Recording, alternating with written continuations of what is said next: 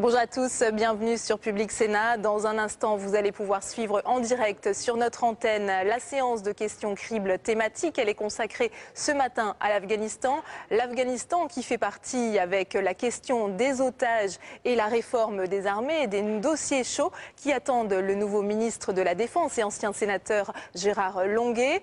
Gérard Longuet sera d'ailleurs interpellé ce matin sur le sort des 2 journalistes de France 3 retenus en Afghanistan depuis 14 mois. Autre sujet sur lequel Gérard Longuet aura à s'expliquer ce matin devant ses anciens collègues sénateurs. Il s'agit de la présence française en Afghanistan. Rappelons que depuis le début de l'intervention internationale, 55 soldats français sont morts en Afghanistan. Tout de suite, donc, direction l'hémicycle du Sénat. Très bonne séance à tous.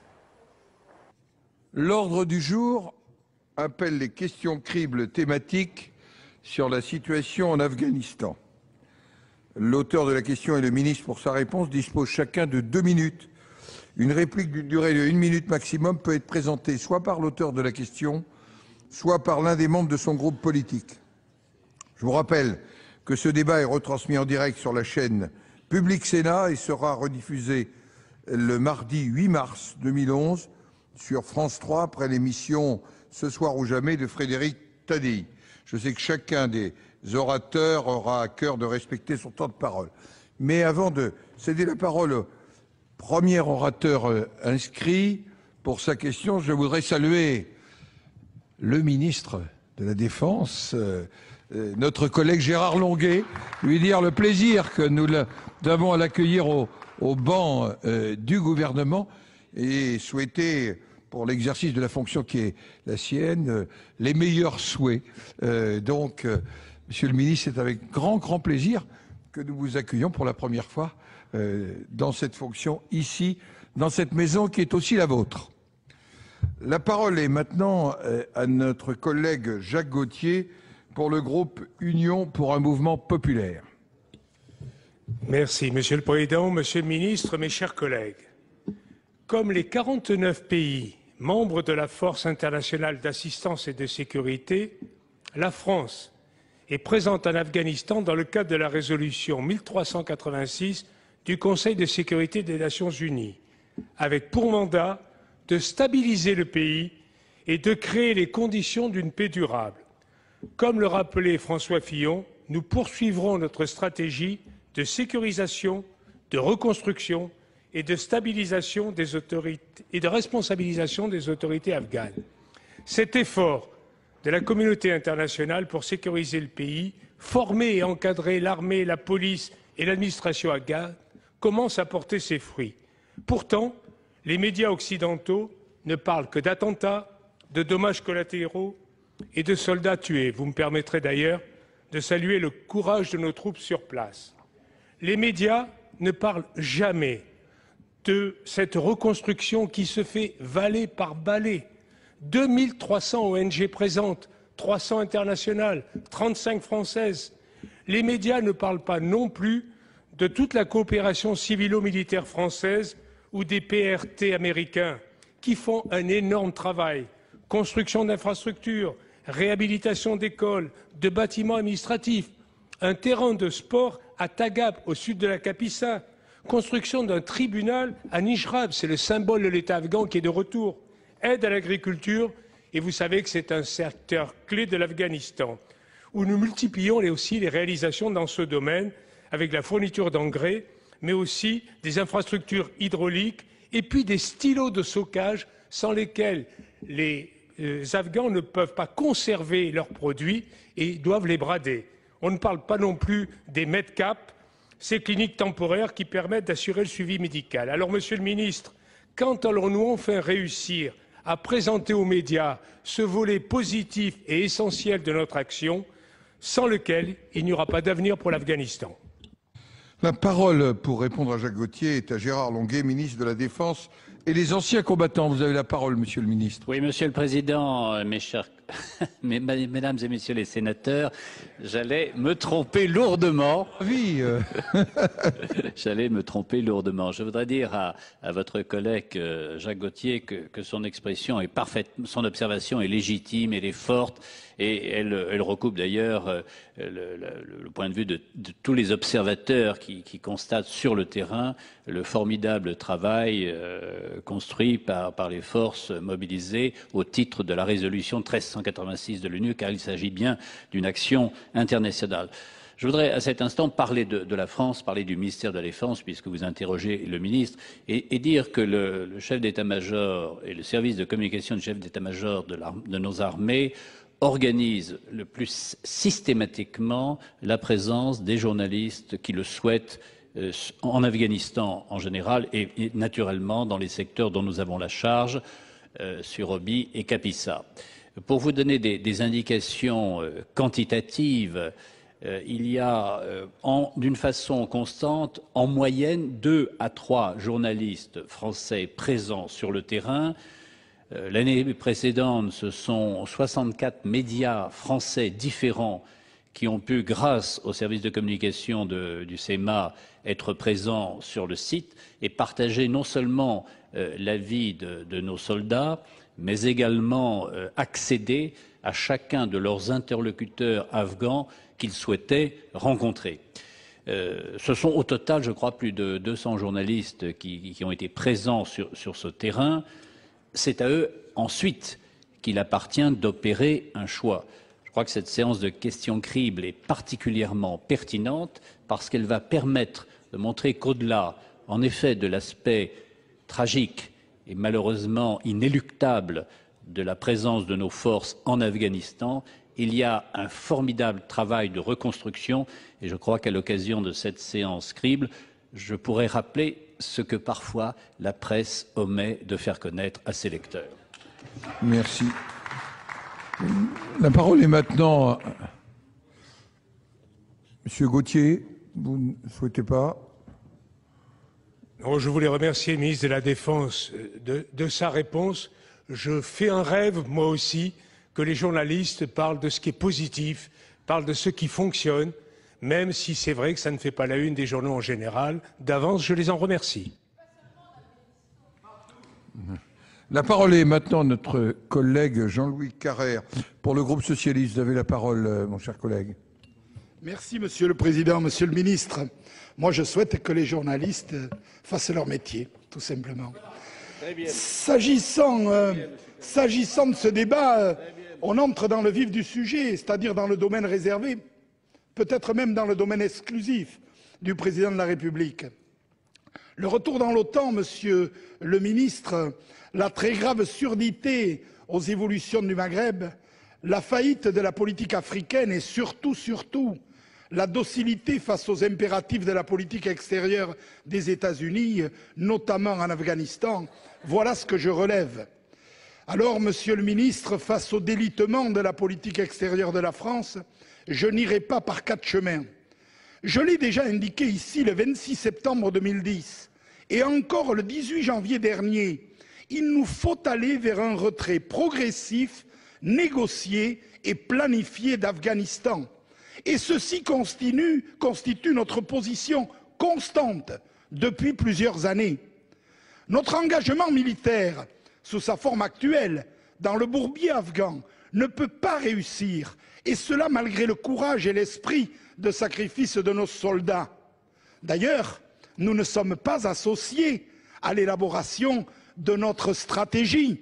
Quoi qu'on dise, la solution sur solution il y a, Monsieur le Ministre, est politique et non pas militaire. Il faut sortir de cette logique infernale avant que nous ne soyons obligés, comme tant d'autres naguère, d'abandonner piteusement à leur sort l'Afghanistan, ses enfants, les femmes afghanes qui vivent sous le joug de l'obscurantisme. Mais puisque je connais aussi le goût de certains pour la polémique politicienne, je signale tout de suite que dans la mesure où nous sommes des gens responsables, nous n'ambitionnons pas que toutes nos forces puissent être retirées brutalement, du jour au lendemain. Nous souhaitons que s'opère une négociation, une planification avec nos alliés et avec les autorités afghanes. L'idéal serait d'ailleurs que ce retrait émane d'une volonté politique européenne commune. Ma question, Monsieur le ministre, sera directe et j'espère que la réponse en ira de même. Est-ce que le gouvernement français et forcément le président de la République Vous êtes en train de manger votre capital. Indiqueront que le retrait militaire d'Afghanistan débutera en 2011. Pour nous, il faut le dire et il faut le faire.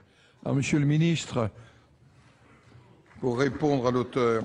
Oui, monsieur le sénateur, vous avez évoqué de très nombreux sujets. Je vais me limiter à votre seule question extrêmement précise. Dans le cadre de la résolution 1386, les troupes de l'Alliance, les troupes françaises, ont vocation à rétablir, à transférer au gouvernement afghan. Il y a eu 2 élections présidentielles, il y a eu des élections législatives, c'est la lente et difficile reconstruction d'un État, ce qui me permet, entre parenthèses, de dire tout le bonheur que l'on a d'avoir un État qui tienne la route. Je ferme la parenthèse. Et cela se traduit par une politique, en effet, de transfert de responsabilités et une afghanisation de la sécurité, secteur par secteur. Une autorité d'évaluation qu'on appelle le JANIB, c'est un des nombreux acronymes du ministre de la politique de défense en France comme à l'étranger, évalue chaque situation. Nous avons, pour répondre précisément à votre question, l'ambition de présenter ce comité dont nous faisons partie, ce qui veut dire très clairement que nous sommes associés aux décisions les plus importantes de la conduite des opérations de paix et de reconstruction de l'État en Afghanistan. Ce comité dont nous faisons partie pourra en effet examiner, nous l'espérons profondément, et nous le proposerons, la situation de la région du Surrobi en 2011. Mais nous nous ne transférerons que dans le cadre d'un accord de ce comité dont la décision définitive appartient au président Karzai. Et donc, à cet instant, je puis vous affirmer que nous avons la volonté de l'afghanisation, que 2011 et la fin de 2011 permettraient de saisir ce comité, mais qu'il serait bien imprudent à cet instant de tirer une conséquence définitive, car nous sommes dans un système dialectique où nos actions, naturellement, sont contrebattues. Et c'est la raison pour laquelle je ne pourrais pas être, à cet instant, plus catégorique sur cette date, même si, en effet, elle correspond au calendrier souhaité et aux résultats obtenus sur le terrain par notre armée. Brièvement, Monsieur Carrère, je vous demande d'être bref parce que... Brièvement, Monsieur le Président, moi je crois, Monsieur le Ministre, surtout qu'il faut imiter les Américains quand ils font des choses justes. S'agissant de l'Afghanistan et du commandement intégré de l'OTAN, je ne partage pas l'attitude du gouvernement français. Nous ne partageons pas.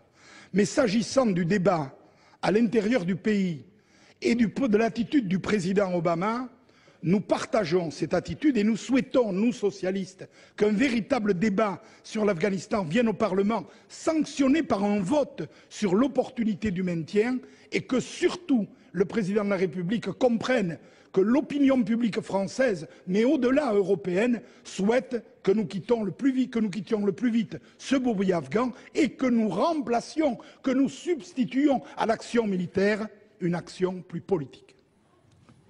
Merci. La parole est maintenant à notre collègue Michel de Messine pour le groupe communiste républicain citoyen, un sénateur du Parti de gauche. Vous avez la parole, ma chère collègue. Monsieur le ministre, le 24 février, encore un soldat français était tué en Afghanistan, c'est le 54e. Bien sûr, il faut rendre un hommage appuyé à nos militaires pour leur mission difficile sur le terrain. Il n'empêche que la douleur des familles est immense, car aucune réponse convaincante n'est apportée à la question cruelle qui se pose, mais pourquoi sont-ils morts? Monsieur le ministre, sondage après sondage, une majorité de plus en plus écrasante des Français affirme leur opposition croissante à la présence de nos troupes en Afghanistan. Le dernier en date, celui de l'IFOP pour l'humanité, le 23 février, indique que 72% d'entre eux n'approuvent pas l'intervention militaire, soit 2% de plus qu'en juillet, mais 8% de plus qu'en août 2009. Même les sympathisants de votre majorité, l'UMP, affichent désormais à 55% leur hostilité à cette guerre. La majorité des sondés ne voit dans cette aventure militaire ni perspective de rétablissement de la paix, ni soutien réel de la population afghane qui paye le prix fort, prise en otage entre les insurgés talibans et les forces occidentales. À 88%, ils considèrent que la situation sur place est très difficile, que nos militaires y sont exposés et qu'il y a un vrai risque d'enlisement. Le conflit est plus meurtrier que jamais. 10 000 morts sur la seule année dernière, dont 711 soldats de l'OTAN, 1200 policiers, 2500 civils et 30 000 blessés dont on ne parle jamais. C'est la guerre la plus longue de notre histoire. Elle a du reste maintenant largement dépassé celle des soviétiques. Aligné sur la position américaine, le président de la République, drapé dans ses certitudes de pseudo-amélioration de la situation, toujours démenté par les faits, n'a rien d'autre à nous offrir que le leitmotiv « on y restera le temps qu'il faudra ». Votre question. S'agissant de la stratégie des Américains, sur le plan politique, le moins que l'on puisse dire, c'est qu'elle est fluctuante et peu claire. Robert Guest n'a-t-il pas déclaré que son ambition aujourd'hui se limiterait à laisser l'Afghanistan, au moins dans l'état où les Soviétiques l'avaient laissé? Rien ne pourra se construire durablement dans ce pays où le peuple rejette l'occupation des troupes étrangères. La France, qui a un autre rôle à jouer, devrait commencer à retirer progressivement son contingent et augmenter son aide civile au développement. Monsieur le ministre, les Français ne vous suivent plus.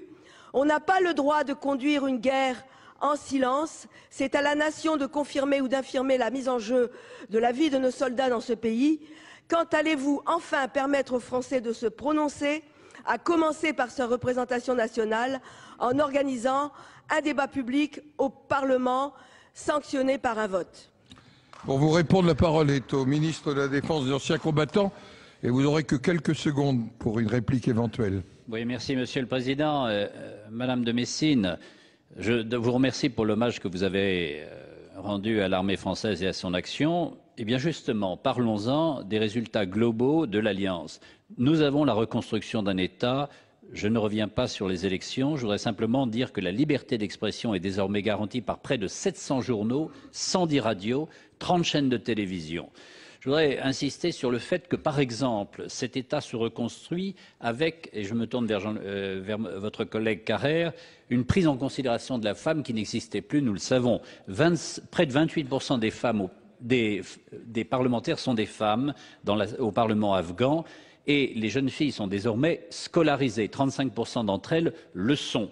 Nous avons, sur le plan de la santé, qui est un indicateur de paix sociale et de sérénité de vie, une chute de la mortalité infantile particulièrement spectaculaire, ainsi que l'accès aux soins de première nécessité de la population, accès qui est possible pour 85% de la population, 8% seulement en 2001. Il y a bien les éléments de la reconstruction d'une société et je vous épargne naturellement l'accès à l'éducation, les infrastructures réhabilitées, le triplement de la production d'électricité, naturellement la diffusion, est-ce un bien sûrement, des communications, 30% de la population est couverte par le téléphone, cela n'existait pas en rien. Et naturellement, la France prend une part toute particulière dans cette reconstruction. Les 54 morts que vous avez évoqués, Madame le Sénateur, leurs familles peuvent avoir la fierté de considérer qu'ils ont participé à une œuvre de paix, à la reconstruction d'un État, faire en sorte que près de 20 millions d'habitants puissent espérer accéder à un moment ou à un autre au minimum de sérénité et, par exemple, faire en sorte que cette adoption des droits de l'homme qui est dans la constitution afghane soit une réalité déclinée sur le terrain. Nous passons du Moyen Âge au siècle actuel en épousant progressivement des valeurs qui sont des valeurs de démocratie et de république. C'est une œuvre de longue haleine, nous y sommes associés, nous prenons notre part de responsabilité, mais les résultats en termes de société sont suffisamment significatifs pour que chacun mesure que cet effort porte des fruits, même s'il ne porte pas tous les fruits. Quelques secondes, Madame de Messine. Je vais demander à chacun de vraiment Oui, respecter son temps, y compris au gouvernement. Je voudrais simplement dire à Monsieur le ministre que ça fait des années qu'on nous parle d'amélioration, avec des chiffres, effectivement, mais nous savons aussi qu'il y a très peu de réalité derrière ces chiffres, très peu de contenu, et qu'un récent rapport d'ailleurs nous indiquait que, s'agissant de la scolarisation des filles, certes elles sont bien à l'école, mais elles n'ont pas il n'y a pas de service éducatif qui leur est livré, parce qu'il y a plus du tout de moyens pour ces écoles. La parole est maintenant notre collègue Yves Pozzo di Borgo pour le groupe de l'Union centriste. Vous avez la parole. Monsieur le Président, Monsieur le Ministre, mes chers collègues, depuis des années, notre vision du monde arabo-musulman a été prise en étau entre le spectre des régimes autoritaires et celui du terrorisme. Al-Qaïda s'est ainsi imposé comme le dernier horizon d'une population opprimée. C'est peut-être ce tropisme erroné qui nous a conduit les Occidentaux à s'engager en Afghanistan sans perspective de retrait apparente, à l'intervention des États-Unis en Irak, à la démobilisation d'un Iran qui ne se limite pas à la personne de Mahmoud Ahmadinejad. Et pourtant, ces derniers mois ont été marqués par le surgissement sur la scène internationale d'une véritable opinion publique arabe. De la Tunisie à la Libye, à l'Égypte et ailleurs, on retrouve là une même jeunesse éduquée, mobilisée, connectée à Internet, d'un trait la démocratie naissante que par peut-être mépris, les Occidentaux n'ont pas vraiment vu. Le terrorisme n'a plus d'initiative et le mouvement pour lui. Le soutien tardif de l'AQMI à la révolution libyenne semble confirmer une évolution de la position de l'organisation terroriste. On ne saurait dire pour autant que c'est un signe d'essoufflement du terrorisme, comme une réponse aux attentes de la jeunesse musulmane, alors que les réseaux restent actifs partout dans le monde. Cela pose plusieurs questions relatives à l'Afghanistan. Peut-on, Monsieur le ministre, vous avez déjà en partie répondu en répondant à Mme de Messine, peut-on espérer voir l'émergence d'une véritable opinion publique en Afghanistan qui devienne un allié contre le terrorisme? Comment la France peut-elle susciter et accompagner ce mouvement? Et si nous avons vraiment une opinion publique qui existe, est-ce que ce sera le signe de notre succès et d'autres éventuellement le signe de notre retrait du théâtre afghan? Voilà, j'ai respecté mon temps. Merci, Monsieur Pozzo di Borgo. Pour vous répondre, la parole est à Monsieur Gérard Longuet, ministre de la Défense. Vous avez la parole, Monsieur le ministre. Bien, Monsieur le sénateur, cher Yves Pozzo di Borgo, les questions que vous avez posées sont absolument fondamentales. Au cœur de la reconstruction d'un État, il y a ce qui répond à cet État, l'évolution d'une société. J'ai eu le privilège, grâce à l'initiative du président Larcher, de me rendre sur place avec les présidents de groupe et avec le sénateur Gautier d'ailleurs. Nous avons bien mesuré l'extraordinaire diversité de ce pays, son caractère compartimenté qui facilite la poursuite d'organisations traditionnelles dont on peut se dire qu'elles revêtent un caractère assez hermétique à ce que sont les valeurs et les mécanismes d'une grande démocratie moderne que vous avez appelée de vos vœux et dont le caractère inéluctable est profondément souhaité par les uns et par les autres, mais à un rythme que nous ne maîtrisons pas. Le préalable à la démocratie, c'est l'échange. J'évoquais tout à l'heure la liberté de la presse, j'évoquais la communication, j'évoquais les télécommunications, je voudrais évoquer les transports. Lorsqu'une population peut échanger, lorsqu'une population peut comparer, lorsqu'une population peut commercer, elle se libère de l'emprise de systèmes qui n'est pas complètement agressif de traiter de féodaux, de traditionnels ou de claniques. Et c'est l'idée de cette circulation de l'information, des biens, des services, des personnes, que seul d'ailleurs le maintien de l'ordre peut garantir, qui peut faire bouger sur long terme cette société. C'est l'objectif de notre présence, c'est un but ambitieux, je dois reconnaître que c'est un but qui est long à construire. Monsieur Pozzo di Borgo. Merci le ministre pour l'intelligence de sa réponse et la clarté des choses. Alors c'est vrai que je voulais quand même lui rappeler qu'on a quand même, pour aller dans son sens, les élections présidentielles de 2009 et législatives de septembre 2010, nous avons eu quand même 30 à 40% de participation et malgré les 150 bureaux de vote attaqués et les 22 morts le 18 septembre 2010, on sentait qu'une opinion publique afghane commence à exister. Je crois que c'est quand même important. Et sur l'Assemblée nationale afghane, je crois que le pas citer le chiffre, je vous le rappelle, qui a 249 sièges, il y a quand même 68 femmes qui sont présentes dans ce corps électoral. Voilà. Donc j'en ai un peu dans votre sens, je vous remercie Monsieur le Ministre, mais c'est vrai que c'est un rêve que nous avons d'avoir une opinion publique forte en Afghanistan. La parole est maintenant à notre collègue Jean-Pierre Chevènement pour le groupe du Rassemblement démocratique et social européen. Vous avez la parole, mon cher collègue. Merci, Monsieur le Président. Monsieur le Ministre, mes chers collègues, le président afghan, Monsieur Hamid Karzai, va annoncer le 21 mars, dans 3 semaines, quand et où l'armée afghane va prendre le relais des troupes internationales. Il est souhaitable que soit concerné d'emblée le district de Surobi, où, selon votre prédécesseur, Monsieur Alain Juppé, s'exprimant devant la Commission des Affaires étrangères et de la Défense, la sécurité a été rétablie par les troupes françaises, au courage et au stoïcisme desquelles je veux rendre hommage. La Grande-Bretagne a annoncé son retrait au plus tard en 2014. Le président Sarkozy, quant à lui, a déclaré que nous n'étions pas liés par ces délais et que nous serions là dans la durée. Une formulation aussi générale est-elle bien raisonnable, dès lors que le principe de retrait a été posé par la conférence de Lisbonne? La décision, vous l'avez rappelé, dépend d'un organisme, le JANIB, Joint Afghan NATO Integral Board, Integral ça veut dire transition en pachtoun, qui réunit les responsables afghans de la sécurité et le commandement de l'Alliance. En dernier ressort, c'est le président de Karzai qui tranchera. Nous sommes représentés dans ce JANIB depuis peu par notre ambassadeur, mais une prise de position officielle à votre niveau, Monsieur le Ministre, y contribuerait, puisque, je le répète, les conditions de l'afghanisation dans le district de Surobi sont réunies et que l'afghanisation va commencer dans une vingtaine de jours.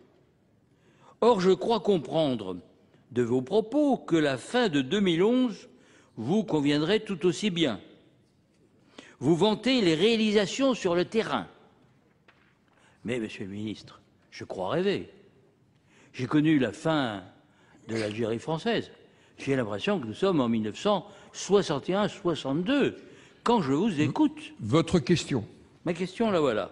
Puisque la transition est désormais irréversible, n'est-il pas préférable de définir avec l'ensemble de nos alliés un calendrier harmonisé de retrait, pouvant certes comporter des flexibilités, mais permettant de commencer à diminuer sans tarder nos effectifs engagés? Deuxième question. Ne serait-il pas opportun d'associer la France au processus de la transition et donc aux contacts qui seront pris dans le cadre d'une éventuelle réconciliation? Qu'en est-il à cet égard de notre politique vis-à-vis du Pakistan, dont il serait utile de connaître les intentions en vue de faciliter cette transition et de permettre cette réconciliation des différentes factions pachtoun, dès lors qu'elles se seraient bien entendu clairement dissociées de l'entreprise du terrorisme international d'Al-Qaïda? Voilà, j'attire votre attention sur le fait que nos troupes ne doivent pas être embarquées, embedded, comme disent les Américains, dans un processus sur lequel nous n'aurions aucun contrôle. Vous avez consommé un peu votre droit de réplique, Monsieur le Ministre, pour vous répondre à Monsieur Chevènement. Oui, merci Monsieur le Président. Cher Jean-Pierre Chevènement, il y a une différence. Il y a un projet politique. Ce projet politique est de transmettre à un État afghan, à une structure afghane, à une armée afghane, à une police afghane, la responsabilité de gérer un grand pays qui a une très longue histoire, mais qui n'est assurément pas une société moderne au sens où le sont les démocraties d'aujourd'hui. L'intervention de Yves Pozzo di Borgo nous rappelait, bien qu'il ne s'agisse pas du monde arabe, mais en l'occurrence du monde musulman, un immense changement qui bouscule des idées communes, et notamment le sentiment que c'était un monde à part, hermétique aux idées de liberté, de responsabilité individuelle, de démocratie, et qui, au fond, était condamné à hésiter, pas hésiter, mais condamné à choisir entre des régimes autoritaires plus ou moins laïques ou laïcisants, ou au contraire des régimes islamiques. Nous avons quelque chose de nouveau, dont nous ne savons pas ce qu'il sortira. En ce qui concerne l'Afghanistan, nous essayons de faire évoluer une société en créant une structure d'État. Très concrètement, pour le secteur de Surobie. Nous allons en effet, nous pensons pouvoir saisir le JANIB pour obtenir une décision du président Karzai et pouvoir en effet passer la main. Pour la Capissa, les efforts sont en cours, le calendrier ne sera absolument pas le même. La différence profonde, c'est que lorsque nous avons transmis la responsabilité, nous devenons libres de nos moyens. Et je n'imagine pas un seul instant que le gouvernement ne propose pas, à un moment ou un autre, un débat public, et d'abord au Parlement, sur la façon dont évolueront nos engagements lorsque nous aurons fait notre travail et transmis la main à la responsabilité afghane, car c'est bien là le projet politique de l'Alliance internationale, faire émerger un État. Nous sommes loin des ambiguïtés que vous évoquiez tout à l'heure et qui ont attristé des pages de notre histoire. Monsieur le ministre, quelques secondes. Un seul mot, monsieur le ministre, pour dire qu'il faudrait redéployer nos moyens vers une présence civile, conformément à une belle et grande tradition de la France. Je pense lycées, centres culturels, hôpitaux, musées, fouilles archéologiques, coopération universitaire et scientifique. Il faudrait que ce retrait de nos forces, rapide, débouche sur un retour de la France dans des domaines où elle était traditionnellement présente. On voit l'Inde et la Chine multiplier leurs investissements et elles vont se disputer le territoire dès lors que les Occidentaux l'auront quitté. Mais nous, la France, nous devons rester présents. La parole est maintenant notre collègue André Dulay pour le groupe Union pour un mouvement populaire. Oui. Vous avez la parole, mon cher collègue. Monsieur le Président, Monsieur le Ministre et chers collègues, chacun de nous en est conscient, le livre blanc sur la défense nationale et la sécurité a profondément modifié le fonctionnement du ministère de la Défense, qui en est à sa deuxième réforme. Les restructurations qui ont été conduites avaient un but principal, celui de mettre au centre du dispositif l'homme. C'est essentiel à un moment où nos troupes sont engagées dans un conflit qui n'est pas qualifié de guerre. Avec notre présence en Afghanistan, la société redécouvre la notion du sacrifice suprême et les blessés de l'hôpital Percy peuvent en témoigner. Certes, ceux qui reviendront d'Afghanistan auront participé à des opérations de sécurité et non à une guerre. Toutefois, un certain nombre de nos concitoyens ont évoqué la possibilité de commémoration. Ayant été le rapporteur du projet de loi sur la reconversion des militaires, je pense que celle-ci doit s'accompagner d'une nécessaire reconnaissance de la nation. Le conflit en Afghanistan et sa spécificité doivent être appréhendés sous un volet mémoriel, contribuant ainsi à resserrer le lien armée-nation.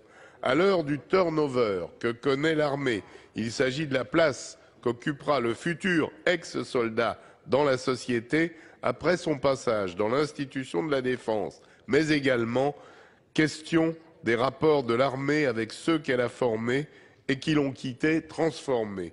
Aussi, Monsieur le Ministre, je souhaiterais savoir quelles sont les réflexions menées par vous-même et votre ministère sur ce point.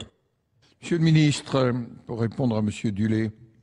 Oui, Monsieur le Président, cher André Dulay, votre question est d'une pertinence totale. Je crois que depuis 20 ans, plus de 200 000 soldats français ont été engagés dans des OPEX de nature extrêmement différente. Ce qui me conduit sur ce point précis à vous indiquer que le ministère s'est mobilisé, a envoyé un questionnaire à plus de 5 000 militaires de tout grade pour s'efforcer de comprendre la façon dont chacun des participants à ces OPEX sur les 20 dernières années ont réagi et souhaitent, au fond, comment ils souhaitent qu'une reconnaissance nationale leur soit accordée. Avant même d'attendre le résultat de cette étude d'opinion qui débouchera sur des propositions, le gouvernement a accepté le bénéfice de la campagne double pour ceux de nos militaires qui sont engagés à cet instant en Afghanistan. Je voudrais évoquer des points que vous avez implicitement évoqués. Le premier, c'est celui des familles de nos disparus. Les soutiens matériels sont solides. les procédures sont complexes. Mon prédécesseur et ses collaborateurs ont préparé un plan pour modifier, faciliter et faire en sorte que les familles n'aient pas à se battre dans une sorte dédale administratif qui peut, dans certains cas, revêtir un caractère kafkaïen. Le deuxième point implicite que vous avez évoqué, c'est celui du statut de nos blessés. Vous avez parlé de Percy, en effet. Les mines sont particulièrement meurtrières, impliquent des reconversions, des réorientations à l'intérieur de l'armée ou à l'extérieur de l'armée. Et de ce point de vue, le ministère se mobilise pour apporter des solutions de bon sens et de suivi individualisé. Nous sommes en mesure de le faire et je crois que c'est le devoir et l'honneur, j'ajoute que c'est la tradition de notre armée. Monsieur Dulay, merci Monsieur le Ministre. Oui, je tiens à remercier le ministre pour tous les éléments de réponse qu'il m'a apportés. Je crois qu'effectivement, la commémoration de tous ces hommes qui sont soit diminués physiquement à l'issue des conflits, soit qui malheureusement auront perdu la vie, la nation leur doit une reconnaissance et je me félicite de voir que vous êtes en bonne voie sur cette démarche. Merci. La parole est maintenant au président Jean-Pierre Bel pour le groupe socialiste. Vous avez la parole, Monsieur le Président. Merci, Monsieur le Président, Monsieur le Ministre, mes chers collègues. Je vais essayer de dire les choses simplement. En Afghanistan, l'enjeu, c'est la guerre ou la paix. En Afghanistan, l'enjeu, c'est la stabilité d'une région traversée par des tensions de toute nature. L'enjeu, c'est le rôle de la France et de l'Europe dans les relations internationales. C'est pourquoi, bien évidemment, nous devons aborder ce dossier brûlant et sensible avec gravité et esprit de responsabilité. Monsieur le ministre, nos collègues Jean-Louis Carrère, Michel de Messine, Jean-Pierre Chevènement ont posé une question de fond sur le tragique conflit qui déchire l'Afghanistan et sur notre engagement dans ces combats. Il faut bien sûr d'abord éviter les malentendus ou les mauvais procès. Et c'est un point qui, je crois, fait largement consensus. Ce point, c'est la nécessité de nous donner les moyens, tous les moyens, pour lutter contre le terrorisme international. On a bien compris que l'objectif, c'est de lutter contre les terroristes là où ils se trouvent et avec des moyens appropriés. Mais je voudrais mettre ce matin un éclairage sur ce qu'il faut bien appeler un angle mort de notre action. Je veux parler de la prise en compte de la dimension régionale et notamment du Pakistan dans le cadre de la stratégie en cours.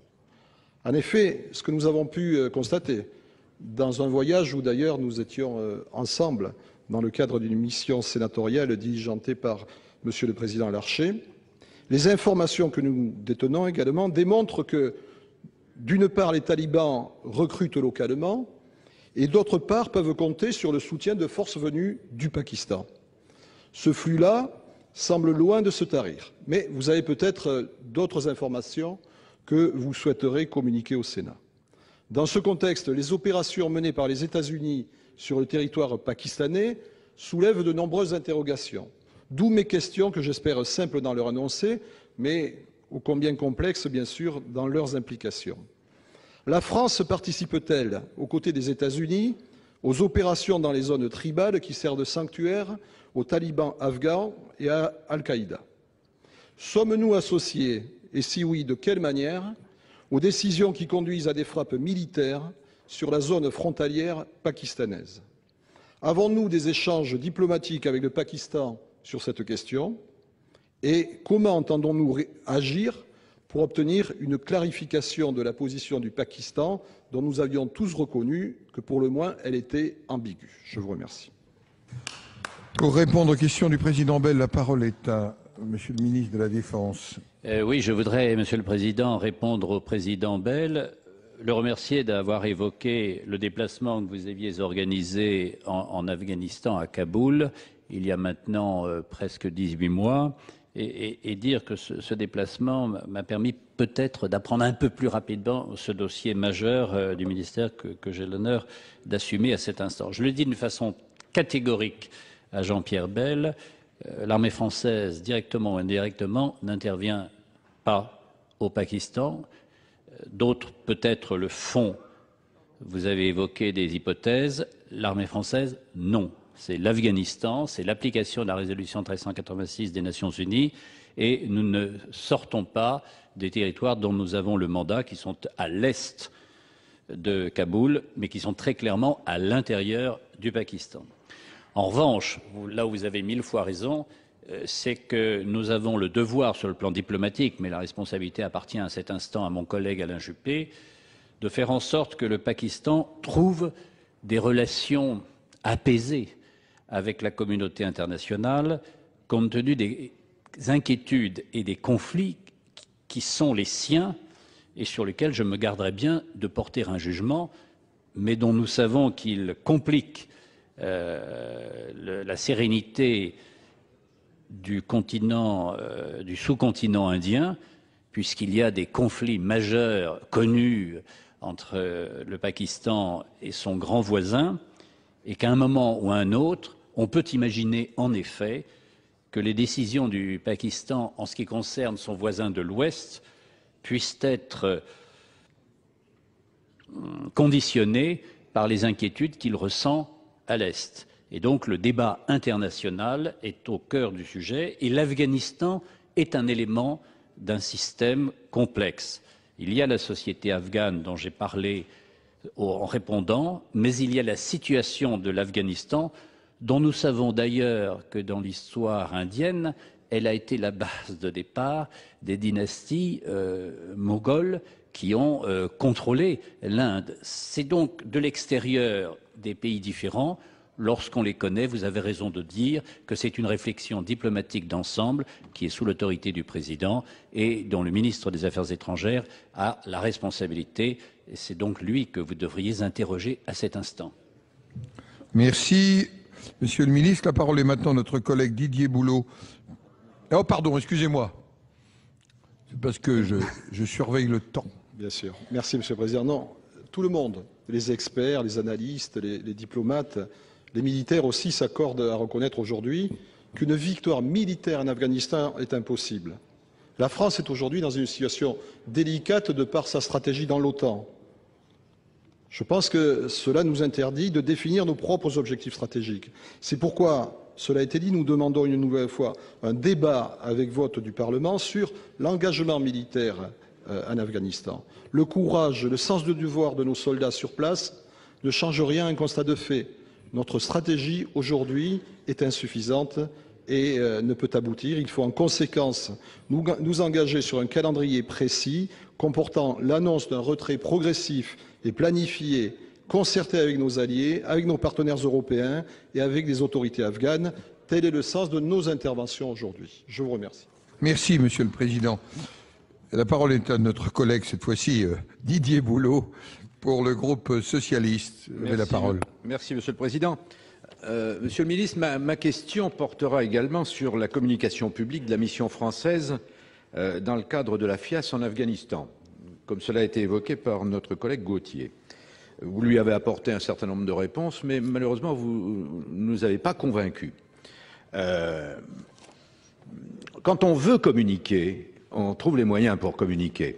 Savez-vous, par exemple, Monsieur le Ministre, que tous les mois, le général français qui commande nos troupes en Afghanistan est invité, ou plus exactement convoqué par le Pentagone à rencontrer ou à s'entretenir avec les journalistes américains. Savez-vous, Monsieur le Ministre, que tous les 3 mois, le gouvernement canadien remet à tous les parlementaires un rapport public de plusieurs dizaines de pages, parfois même de plusieurs centaines de pages. Moi, je pense, Monsieur le Ministre, que le problème de la communication, il est trop facile d'en faire porter la responsabilité à la presse. Et d'ailleurs, à ce sujet, je voudrais rendre hommage et avoir une pensée toute particulière pour les 2 journalistes français retenus encore en Afghanistan au bout de 430 jours, je crois, 429 me semble-t-il, pour être très précis. Mon sentiment par rapport à la communication de ce qui se passe en Afghanistan, je pense que c'est le reflet de l'attitude du gouvernement, et en particulier du président de la République sur ce qui se passe en Afghanistan. Nous avons pu constater au fil des mois et des années la difficulté à obtenir des débats, quand bien même nous en parlons aujourd'hui, la difficulté à obtenir des votes. À la différence de ce qui se passe dans les autres pays, aux USA, en Allemagne, en Grande-Bretagne, où n'existe ni la peur d'affronter la presse, ni la crainte face aux critiques parlementaires. Moi, je pense qu'aujourd'hui, la Grande Muette est muette parce qu'elle en a reçu l'instruction. Et nous vous demandons de libérer les moyens d'information, en particulier de la DICODE, auprès de la presse, de manière à ce que celle-ci puisse faire son travail dans de meilleures conditions. Et puis, je voudrais vous poser une toute petite question, même si j'empiète sur mon temps de parole suivant, Monsieur le Président. Dans le cadre du plan de relance, et ça concerne l'Afghanistan, 5 hélicoptères Caracal ont été financés. Or, nous avons appris que l'un de ces hélicoptères Caracal, au lieu d'être attribué à l'armée de l'air, était destiné à l'exportation. Pensez-vous, Monsieur le Ministre, que c'est le moment d'exporter des hélicoptères dont nous avons le plus grand besoin sur le théâtre et en particulier en Afghanistan? Pouvez-vous nous confirmer que ce Caracal a été vendu à l'export ou qu'il reste bien maintenu à destination de l'Afghanistan? La parole est à Monsieur Gérard Longuet, ministre de la Défense des anciens combattants. Vous avez la parole, Monsieur le ministre. Oui, d'abord, vous avez eu raison, Monsieur le sénateur, d'évoquer nos 2 journalistes de France 3 bloqués depuis décembre 2009 dans l'exercice de leur mission. L'armée française avait tout fait pour qu'ils soient en mesure d'exercer leur mission, ont bénéficié de ce soutien. Ils ont souhaité aller au-delà avec beaucoup de courage. Et aujourd'hui, ils en sont très clairement les victimes. C'est la raison pour laquelle je dois m'incliner vers les journalistes qui font l'effort de venir en Afghanistan, d'essayer de comprendre, d'essayer d'expliquer. J'ajoute que toutes les semaines, la direction de la communication du ministère de la Défense, qui est un haut fonctionnaire permanent de ce ministère, est à la disposition des journalistes dans un point presse où il explique très clairement la situation des opérations sur le terrain et répond à l'ensemble des questions qui lui sont posées. Donc je pense que, très honnêtement, l'armée fait son travail d'information sur la mission qu'elle assume pour le compte de la FIAS, pour le compte de la communauté internationale. Sur le point très précis que vous nous posez en ce qui concerne les Caracal déployés en Afghanistan, je dois reconnaître que je ne suis pas encore extraordinairement familier avec ce sujet, mais s'il y avait eu en effet à un moment une perspective d'exportation sur un appareil, manifestement cela n'est pas possible, enfin cela n'a pas été suivi des faits parce que la priorité pour le matériel, c'est en effet le théâtre des opérations et la disponibilité. Donc je dois pouvoir vous dire très clairement que ce risque que vous avez évoqué n'est pas confirmé. Monsieur Boulot, non, pas de point particulier. Mes chers collègues, nous allons maintenant clore ce débat en remerciant le ministre, en remerciant nos collègues. Et bien sûr, nous avons tous eu une pensée pour nos troupes, mais je voudrais, puisqu'on a évoqué la situation de 2 otages journalistes, penser à tous les otages qui sont aujourd'hui retenus en Afrique et ailleurs. Et je crois que c'était l'occasion de nous en souvenir tous collectivement. Mes chers collègues, nous allons maintenant suspendre la séance. Elle sera reprise à 14h30 et se poursuivra ce soir pour la suite de l'examen du projet de loi relatif à la garde à vue. La séance est donc suspendue. C'est la fin de ces questions cribles thématiques consacrées à la situation en Afghanistan. Si vous souhaitez les revoir, elles sont disponibles en VOD sur notre site publicsena.fr. Prochain rendez-vous avec la séance cet après-midi 15h avec l'examen du projet de loi de réforme de la garde à vue. Bonne journée à tous sur Public Sénat.